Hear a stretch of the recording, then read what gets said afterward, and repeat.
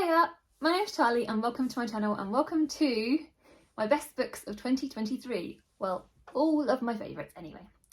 So last year I read a total, I think it was like 165 books. That includes some of the picture books that I've rated and also poetry and graphic novels, etc. And I also took part in Shorty September where I read a book a day that was like that were less than 200 pages. And I think for pages, in terms of last year, I think I read a roughly similar amount, but anyway, to the previous year, but no. So that's a side note. I'm going to dive right into the books. I've got 11 books to talk about here. Like I said, we've got one reread, and the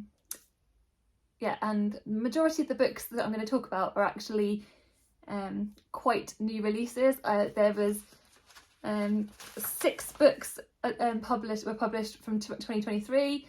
There was 3 books. 3 of my favourites were published in 2022, and just 2 of these books out of the 11 were like more backlisty type, not books. So right, diving right in into my top 11.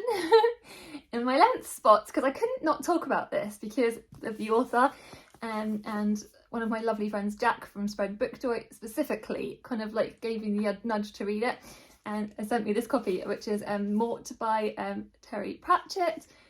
This is sort of like a placeholder for all the Terry Pratchett's books, because it was like one of my goals last year was kind of to try and get to Terry Pratchett, which Jack obviously knew, and she said that the best place to start was with Mort, and so she sent this to me, which was just so lovely of her. Thank you so much, Jack. And this specifically was my favourite of the ones that I read. I think I read 3 Pratchett last year, and I just love them so much, and I couldn't not include them in my favourites because they're very, very outside my like Charlie comfort zone, because you know I'm not really a big fantasy reader, but I feel like last year I discovered that I really like cosy fantasy. So if you have any cosy fantasy recommendations, the likes of Terry Pratchett, etc., please do recommend them in the comments, because this was just like such a joy, and I feel like they're complete comfort reads, and I cannot wait to like go back through and read more this year and in the future, because there's so many more to get to. So yeah, I'm very excited. So yeah, again, thank you, Jack. Right, so then that was that one. So then in at number 10, ooh, actually I do have a physical copy of this, but I also, the main reason I'm going to talk about this is my reread. This is Little Women by Louisa May Alcott. I listened to this on the Audrey app, and I have got, like I said, multiple copies of this book because this is like one of my favourites. I love it so much, but I have to talk about it here because of the fact that, like I said, how I listened to it. This was the last book I finished in 2023. I actually finished it. Did I finish it on New Year's Eve or possibly the day before that, the 30th of December, very late in December. And I listened to it on the Audrey app. This is the first time I've ever listened to Little Women. The Audrey app is an app that you basically, is a non-subscription app, and which I will talk about in my future video. And it's just basically, it comes with loads of added extras because it has character lists, it has plot summaries, and there has a whole other bit that goes into like detail about the book, and it's just amazing. So it's just the best app. And actually this year I'm going to be taking part in the Audrey Classics Challenge, which again I will be talking about in my goals video. But anyway, I just had to include it. The narrator was amazing. The whole experience with listening with your books on the Audrey app specifically, it's an experience that you get, not just the book. So the book in itself is a favourite, but with the Audrey app, yeah, that's that one. That's a lot of time talking about that one book. Sorry, but yeah, just definitely check out the Audrey app. Right, then my number 9 is one I feel like I've banged on about quite a lot last year. And this is The Bestie by Paul Murray. Obviously in that picture here. I do want to get my own copy of this. This is one I bought the audio book of on Zigzag, and also I had the physical copy out from the library, which I really liked. I sometimes love doing a combi read and having the physical copy and listening, because it just really like adds to it, and highly recommend the audio book because the narrators are amazing, and it was just such a wonderful book. And out of the Booker books last year, this was my favourite. For a long time I thought nothing would beat the Prophet Song, because I loved that so much, and this act did narrowly miss out on my favourites this year. But no, for me, if you know me, I love books about families and basically that's what the feasting is. So just we hear from the perspectives of 2 of the children and 2 of the parents, and then at the end a few other people, which I won't talk about too much. But yeah, it was just yeah, even though it's quite a big book, like more than 600 pages and therefore quite a lot of hours on your audio book, it was just a joy, and I just loved it. Was very, very pacey, and there were moments where I was messaging, as I often do, Charlie, Charles Heathcote. I was messaging Charlie very frantic because my heart was racing. It really got to be that much, because there's one character specifically in this book that I completely love, little PJ, and he's like this little boy in the book that you're hearing from, and oh, it's just such a great book. I just love that book so much. So yeah, yeah, and it has been listed for the Nero Prize book, so we'll find out shortly, I guess, whether it's been shortlisted. We shall see. Cross fingers. The next book I'm going to talk about brings this massive smile to my face, and it's Small Joys by Elvin James Mensah. This was one I read sort of in the middle of last year, but I literally read it not long after I'd already made my mid-year favourites, and it's just such a wonderful book. We're following the main character of Harley, who is struggling and battling with his mental health. He's been in this awful relationship that really damaged him, and he's in a really lonely space when he sort of meets and connects specifically with one of my favourite bookish characters ever, which is Muddy.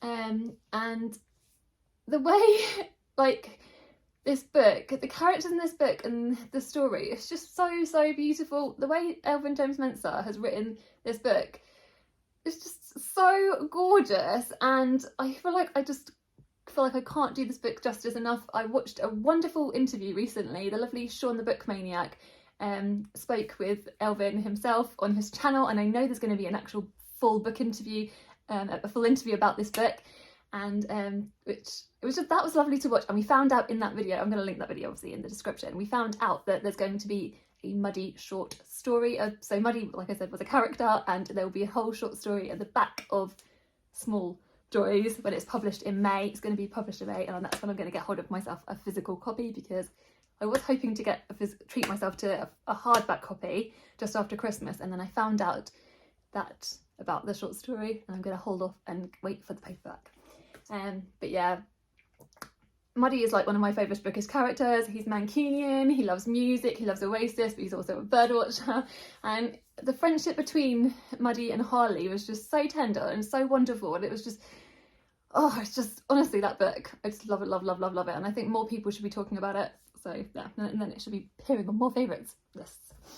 So yeah, that's one of them. And then in at number 7, I've got a physical copy of, and this is The Secrets of Harwood Hall. Obviously, you guys know that we did Secret September last year. This was one I read twice in one year. There's not many books that I love enough to read twice in the same year. And yeah, so I read it I think I read it in July, and then I reread it for Secret September.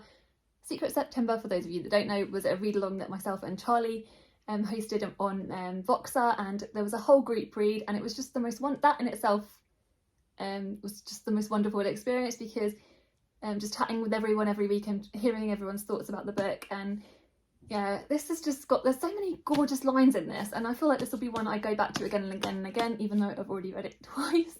So in this book we follow, this is historical fiction, by the lovely Katie Lumsden. I'm covering up the cover.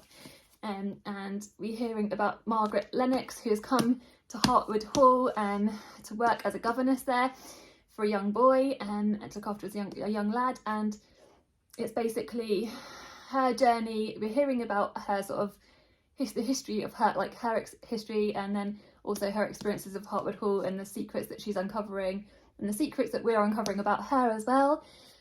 It's just gorgeous. This book has my whole heart. It has brought so many wonderful memories. I also went to the book launch of this last year. I was lucky enough to do that, and that was a wonderful moment because I got to meet loads of lovely booktubers as well. And then also to the peak and the cherry on the top was actually interviewing the lovely Katie on my channel with Charlie. We interviewed her at the beginning of October after the read along had happened, and we got to hear sort of the reasonings why she did certain things, and why specifically about one character I don't know what I should say about Susan. Okay, I'm going to say Susan, about why Susan was the way she was. So if you want to watch that, I'll link our chat with the lovely Katie in the description. But yeah, this book, oh my days, just so many reasons why I just love it. Right, so after that, I'm going to talk about a book that, again, I buddy read with Charlie, and this is In Memoriam by Alice Winn. This book has had so many people talking about it, so I feel like, and I have already spoken about it, so I'll try and find the video and link that in the description in my weekly reads, one of my weekly reads. And obviously we follow our two main characters who, we at the start of the book, are in a boarding school, sort of young lads in boarding school, and then so Gaunt and Elwood. Both of these characters go off to war, and then we're hearing about the brutality of that. The reason I love this book, I don't know obviously how historically accurate this book is, and lots of people have brought that into question, so I can completely understand if that would put you off. But for me, it was the characterisation in this book that I just adored. I feel like both those characters were just so wonderful, and the way that the plot unveiled and the paciness of it just had me gripped, and I gulped it up in like the space of like a weekend. Me and Charlie started reading it like on a Saturday, and I think we both finished it within like by the end of the Sunday sort of thing. I loved chatting with Charlie about it, and I loved just reading it, and yeah, I just really loved it, and I cannot wait for what Alice Winn does next with her books. This was her debut novel, and I know it has a lot of hype, but for me it's worth it. So right, the next book I'm going to talk to you about is one of two non-fiction on the list. It's the first of two non-fiction. This is All the Houses That I Have Ever Lived In by Kieran Yates.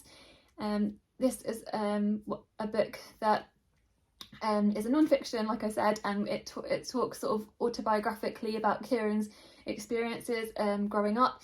So when she grew up, by the time she was 25, she had lived in 25 houses across the country, including like Wales, so from London to Wales. So she lived in like council estates to like sort of the more countryside areas, rural areas, and it talks about her experiences across all of that, friendships that she's had.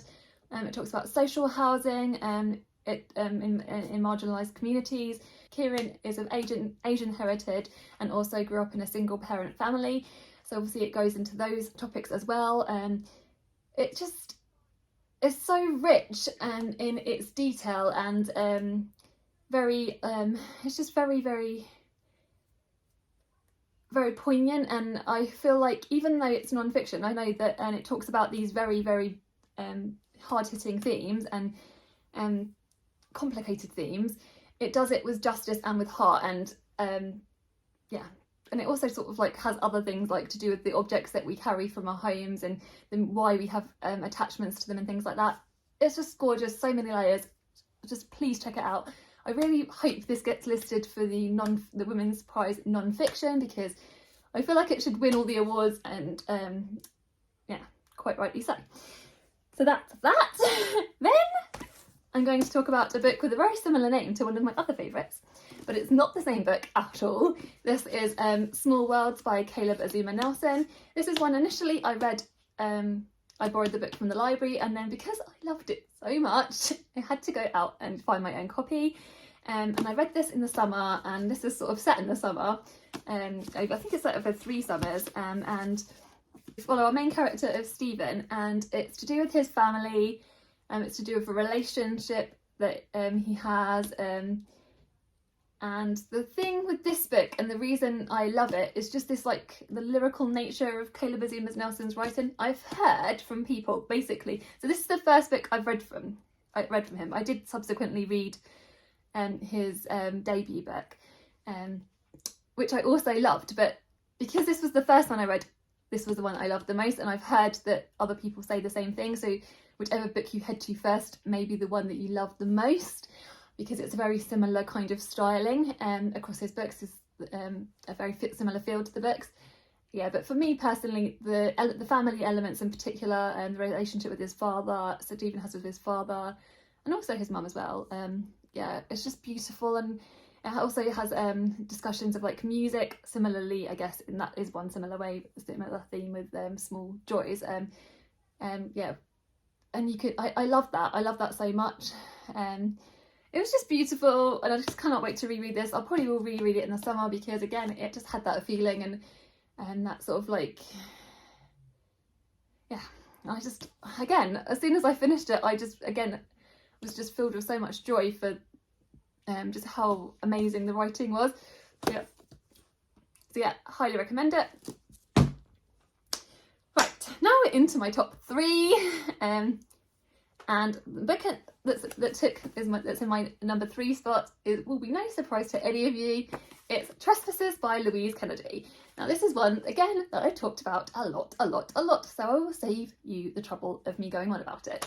But this is set in Ireland, in sort of in the Troubles, and it's we're following Kushla, who is a young teacher, who then goes on to have an affair with a married man called Michael, and yeah, she also, while she's a teacher, she also helps out at her local pub, in her family's local pub, and again, there are lots of complicated things within this because it's obviously talking about the children growing up surrounded by all this like violence going on, and like with soldiers walking the street, and how it sort of becomes normal to them, and the sort of the shocking nature of that for everybody, and this is one that when I initially started it, I actually DNF'd it after a couple of pages because I just couldn't connect to it at all. And obviously that was the wrong book for the wrong time. But then towards the end of my Women's Prize reading, I made myself go back and try it again. And I'm so pleased I did, because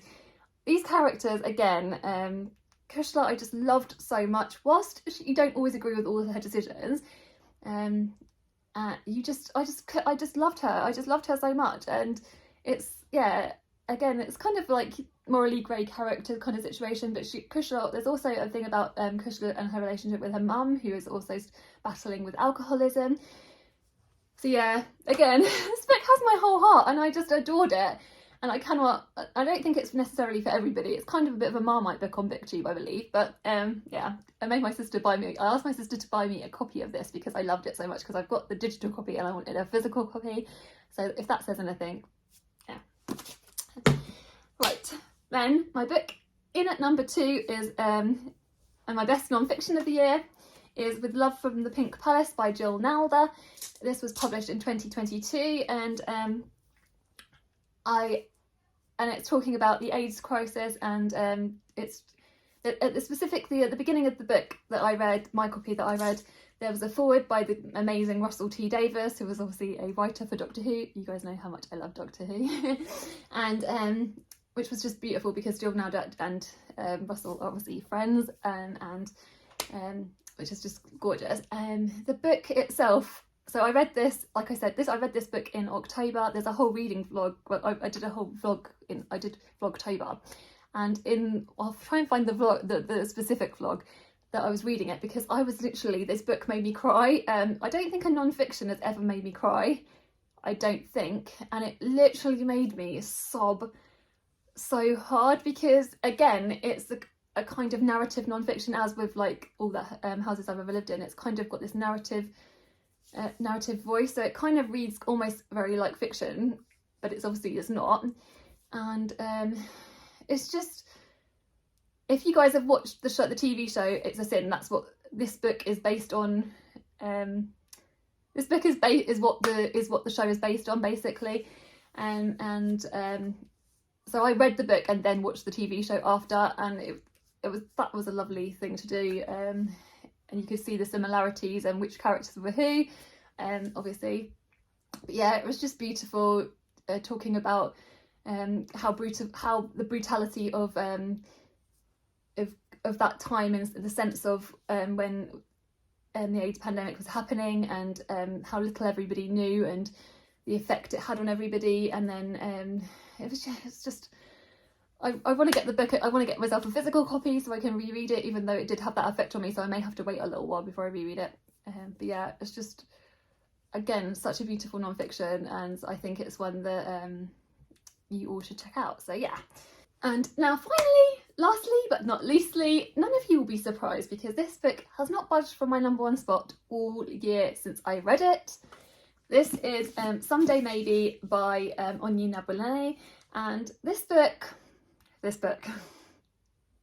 so in this book we follow Eve, and at the beginning of the book you're aware of the fact that Eve's husband has had death by suicide, and that itself tells you how brutal this book will be in places, and predominantly what we're doing is we're following Eve in her grief, and as I said in videos that I've spoken about this, Eve is in her grief throughout the entirety of this book. So it's predominantly like this big character driven novel, but it also talks about Eve's love for her husband.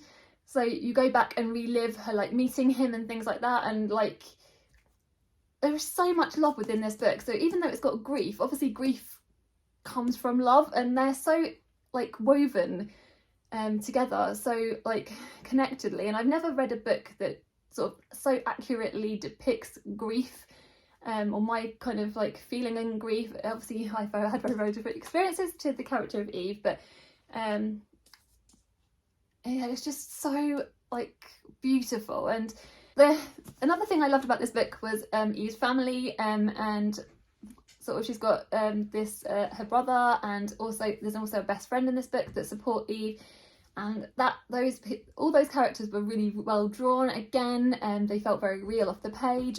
And yeah, this book just made me sob. And there's also like there is plot that happens specifically more towards the end, I would say. It sort of picks up plot wise more towards the end. So yeah, if you're reading this for the plot, like I said, it's more character driven, but it really got to me. I loved it so much. I loved it with all my heart. And again, it might not be for everybody, but to me this is like perfect. I adored it. I cannot stop thinking about it. I cannot stop thinking about Eve, and also just yeah. So if you like books like that, please do pick it up. Anyway, so those are all my favourites from the year, or the favourites of the favourite, the cream of the crop. Like I said, it was very difficult to pick which ones. Let me know in the comments below which were your favourites of the year. Let me know if you discovered any books that surprised you. Like I did with Trespasses. Trespasses definitely wins the surprise award. It was just really gorgeous. Yeah, so let me know all of that. You can also tell me if you want to tell me about books that disappointed you, if you don't want to talk about books that you love so much.